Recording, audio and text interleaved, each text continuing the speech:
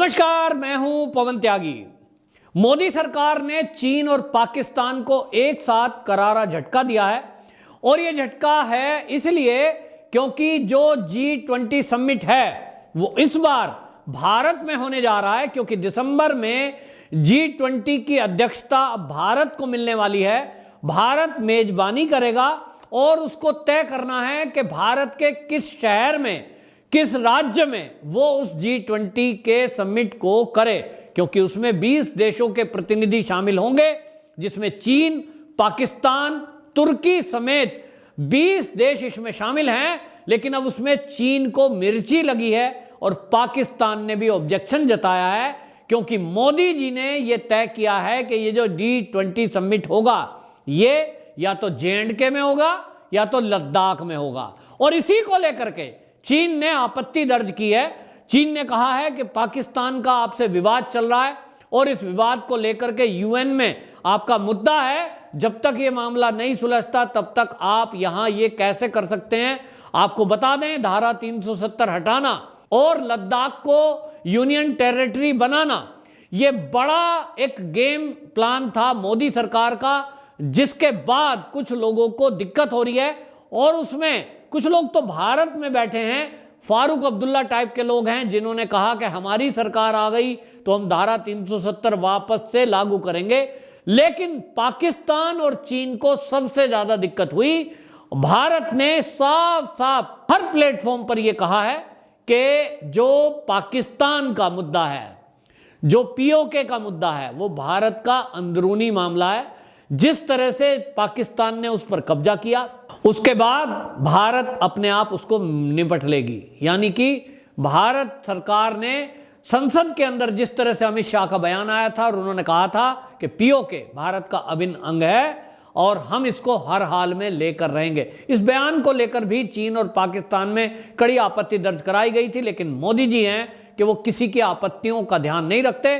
और अब बड़ी मजेदार बात यह होगी, जब ये G20 समिट होगा और इसके लिए चीन और पाकिस्तान के प्रतिनिधि भारत में आएंगे, और अगर ये लद्दाख में हुआ तब लद्दाख भी उनको जाना पड़ेगा। और आपको ध्यान है, लद्दाख में पिछले 2 साल से चीन ने अपनी सेना वहां जमावड़ा लगा रखा है, जिसकी संख्या लगभग 50,000 है। और पिछले दिनों उन्होंने भारत के अंदर घुसपैठ करने की भी कोशिश की थी, जिसको भारत की सेना ने नेस्तनाबूद कर दिया था। और चीन के 300 से अधिक सैनिक बिना हथियार मार गिराए थे, जिसके बाद चीन को मुंह की खानी पड़ी और पीछे हटने पे वो मजबूर हुआ।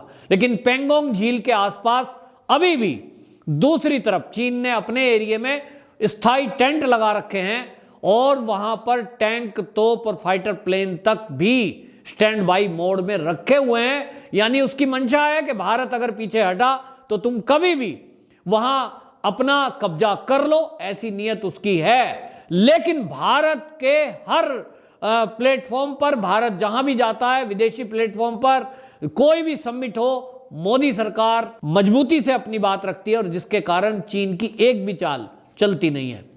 अब ये जो G20 समिट है ये भारत में होगा। लोगों को मोदी जी लद्दाख दिखाएंगे और लद्दाख और J&K भी दिखाएंगे। इसको लेकर के मोदी सरकार ने तैयारियां शुरू कर दी हैं। एक कमेटी बना दी गई है और उस कमेटी में IAS अधिकारियों को ये आदेश दिए गए हैं, निर्देश दिए गए हैं कि वो J&K में और लद्दाख में वो तैयारी रखे, जगह का चयन करे और ये तैयारी रखे कि किस तरह से विदेशी नायक आएंगे। और आपको बताऊं कि इसमें जो G20 है, 20 देशों के लोग इसमें शामिल हैं। जो G20 समिट होता है इसमें अमेरिका, यूके और अर्जेंटीना, ऑस्ट्रेलिया, ब्राजील, कनाडा, चीन, Germany, France, Italy, Japan, Indonesia, Mexico, रूस, सऊदी अरब, दक्षिण अफ्रीका और दक्षिण कोरिया और तुर्की, ऐसे 20 देश हैं। भारत भी इसका सदस्य है और ये मिलकर के जब बैठते हैं तो दुनिया में इन 20 देशों को मिलकर के जो आपसी दिक्कतें हैं उस पर डिस्कस होता है। अब ये माना जा रहा है कि जब 20 देश मिलकर के बैठेंगे तो मोदी जी चीन की विस्तारवादी नीति पर भी बात करेंगे और वो वेन्यू अगर लद्दाख होगा तो लद्दाख में मौके पर लोग अपनी आंखों से देखेंगे कि किस तरह से चीन ने हैंकड़ी दिखाते हुए अपनी सेना को सामने रखा हुआ है, जबकि दोनों देशों के बीच ये सहमति है कि दोनों देश बॉर्डर अपना अपना एरिया है, एलएसी अपनी अपनी है, एलएसी पर अपने सैनिकों की गश्त करने के लिए स्वतंत्र है, गश्त करके अपने क्षेत्र में वापस जाएंगे। लेकिन चीन ने गश्त करने के बजाय अपनी सेना को सामने बिठा दिया है, और वो भी 50,000 संख्या में। तो भारत को भी मजबूरी में उसके सामने अपने सैनिकों की उससे भी बड़ी और ऊंची दीवार लगानी पड़ी है। यानी उसने 50,000 बिठाए तो हमने भी 50,000 से अधिक अपने मजबूत सैनिक वहां बिठाए रखे हैं। हालांकि इसको लेकर आपको बताऊं कि जब लद्दाख में जहां -40 डिग्री तक टेम्परेचर रहता है, वहां बंकर बनाना, उस बंकर में सैनिकों को रखना, इस पर मोटा खर्चा आता है, जिसका जो व्यय है वो अरबों रुपए में बैठता है। लेकिन चीन की ये योजना है कि वो भारत पर इस तरह से दबाव बनाए और दबाव बना करके उसको वापस जाने को मजबूर करे। लेकिन भारत चीन की विस्तारवादी नीति को समझता है और मोदी सरकार उसको कड़ी टक्कर देने के लिए हर प्लेटफॉर्म पर तैयार है, चाहे वो सैनिकों के जरिए हो, फिर चाहे विदेश नीति के जरिए हो, फिर चाहे कूटनीति हो। हमने देखा है कि हमारे विदेश मंत्री एस जयशंकर हमेशा हर प्लेटफॉर्म पर चीन और पाकिस्तान को नंगा करते रहे हैं। उनकी जो नीतियां हैं, जिसके कारण से वो हमेशा अलग अलग देशों में घुसपैठ करके और उन पर कब्जा करने की नीयत रखता है। कई देशों पर उसने कब्जा कर भी रखा है। इससे पहले ही जापान, ऑस्ट्रेलिया जैसे देश परेशान हैं, और अब ऐसे देश जब मिलकर के बैठेंगे तो चीन की विस्तारवादी नीति पर बात होगी। और आपको यह भी बताऊं कि मोदी सरकार ये पहली सरकार है जिसने चीन को कई प्लेटफॉर्म पर झटका दिया है। अभी हाल ही में वीवो कंपनी 45,000 करोड़ रुपए ईडी ने उसके जब्त किए हैं, क्योंकि पैसे के लेन देन में अनियमितता पाई गई। ये पहला मौका है कि चीन की किसी कंपनी को इतना बड़ा झटका भारत की सरकार ने दिया हो। पिछली सरकारों में तो नहीं, तो हमने देखा था कि जब कांग्रेस की सरकार थी तो कांग्रेस ने बाकायदा वहां चीन की जो पार्टी है, कम्युनिस्ट पार्टी, उससे समझौता कर लिया था, और उस समझौते के कारण चीन की कई कंपनियां, छोटा पेन बनाने से लेकर के और बड़ी से बड़ी कंपनियां भारत में स्थापित होती जा रही थी, और भारत के उद्योग धंधे बंद होते जा रहे थे। भारत के उद्योगपति भारत में अपना समेट रहे थे, व्यापार समेट रहे थे। इससे भारत की अर्थव्यवस्था पर बहुत बोझ पड़ रहा था, और वहीं चीन हमारे भारत से कमाई कर रहा था, जिसके कारण उसका विदेशी भंडार बढ़ता जा रहा था। चीन भारत को आर्थिक रूप से गुलाम बनाने की प्लानिंग पर चल रहा था, और यहां की जो सरकार है, कांग्रेस सरकार, उसको सपोर्ट कर रही थी। मोदी सरकार आई, नीतियों में परिवर्तन किया, और नीतियों में परिवर्तन करने के कारण यहां जो भारत के व्यापारी हैं, जो उद्योगपति हैं, मोदी सरकार ने उनके नुकसान की भरपाई के साथ साथ उनको फंड देने की और बैंकों से लोन देने की व्यवस्था की। दूसरी तरफ उनको अपना उद्योग धंधा स्थापित करने के लिए सुनिश्चित किया गया कि कहां उनके लिए अच्छा रहेगा।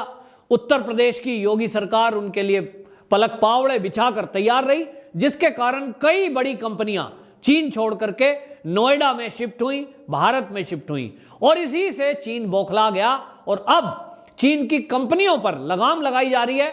उनका जो अपना चलता था कि जो चाहे मन में आए किसी को रिश्वत दे करके कुछ भी काम करा लें, उस पर अंकुश लगा, और इसी के कारण वीवो जैसी कंपनी जो मोबाइल बनाती है उस पर लगाम लगाई गई। ईडी ने जो जांच की, पहले भी रेड की गई थी, और अब जो अनियमितता पाई गई है, कहा यह जा रहा है कि चीन की कंपनियों को ऐसी अनियमितता के चलते भारत में बैन भी किया जा सकता है।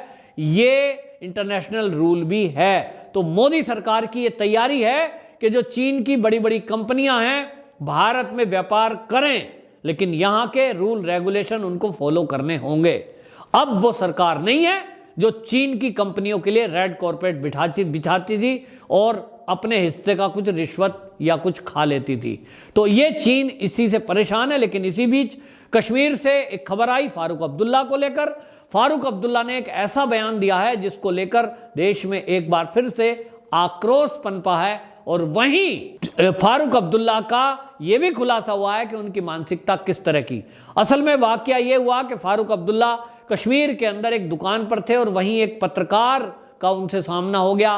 पत्रकार ने उनसे सवाल पूछा और सवाल पूछा राष्ट्रपति चुनाव को लेकर, और फिर बात की उनसे कि भाई मोदी सरकार जो है 15 अगस्त को, क्योंकि 75 साल पूरे हो रहे हैं इस देश की आज़ादी को, और इसीलिए उसने एक अभियान चलाया है कि हर घर तिरंगा, इस योजना का लॉन्चिंग होगा 15 अगस्त 2022 को। तो इस पर आप क्या कहेंगे?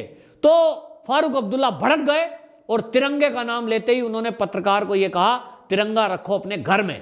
यानी फारूक अब्दुल्ला को तिरंगे से इतनी चिढ़ है कि वो पत्रकार का बिना जवाब दिए गाड़ी में बैठ गए और चले गए, और उन्होंने घर रखने को कहा। नहीं तो उनको कहना यह चाहिए था, बहुत अच्छी योजना है, हर घर में तिरंगा लहराए, इससे खुशी की बात क्या हो सकती है। और वो कश्मीर में भी लहराएगा। देश की आज़ादी के 75 साल बाद ही सही, आज कश्मीर में ये माहौल बना है कि वहाँ कोई भी स्वतंत्रता से तिरंगा लहरा सकता है। मैं खुद अभी पिछले दिनों कश्मीर में था और वहाँ श्रीनगर का जो लाल चौक है, वहाँ मैंने खुद देखा है कि किस तरह से वहाँ तिरंगी लाइट शाम के समय जलती है, और दिन में कोई भी कहीं भी आज़ादी से घूम सकता है, वो भी तिरंगा लेकर। तो ये वहाँ के जो नेता हैं कश्मीर के, इनके लिए पेट में दर्द है, इनको दिक्कत है कि ये जो माहौल सुधर रहा है, इस माहौल के सुधरने के बाद वो कैसे वहाँ के लोगों को भड़काएंगे, उनको वोट कैसे मिलेगी। और इसीलिए सारे दल मिलकर इस बार एक बार फिर बीजेपी के विरुद्ध चुनाव लड़ने का मन बना रहे हैं। गुपकार गैंग इसी करके बनाया भी था, लेकिन कश्मीर के लोगों से जो मेरी बातचीत हुई है उसमें उन्होंने कहा है कि वो गुपकार गैंग की नीयत को जानते हैं, क्योंकि देश की आज़ादी से 75 साल हो गए, 70 साल तो कांग्रेस ने राज किया और फारूक अब्दुल्ला और महबूबा मुफ्ती परिवार ने राज किया। इन्होंने कश्मीर के लिए कुछ नहीं किया। भारतीय जनता पार्टी मोदी से कुछ उम्मीदें बनी हैं, क्योंकि मोदी सरकार जब से आई है कश्मीर में काफ़ी कुछ बदलाव देखने को मिला है। यही इन लोगों की दिक्कत है, यही चीन और पाकिस्तान की दिक्कत है कि मोदी सरकार देश का माहौल ठीक कर रही है, देश की तरक्की कर रही है, उसमें कश्मीर और लद्दाख भी शामिल है। तो देखना होगा G20 समिट लद्दाख में जब होगा, उसमें चीन और पाकिस्तान के प्रतिनिधि आते हैं या नहीं। वंदे मातरम।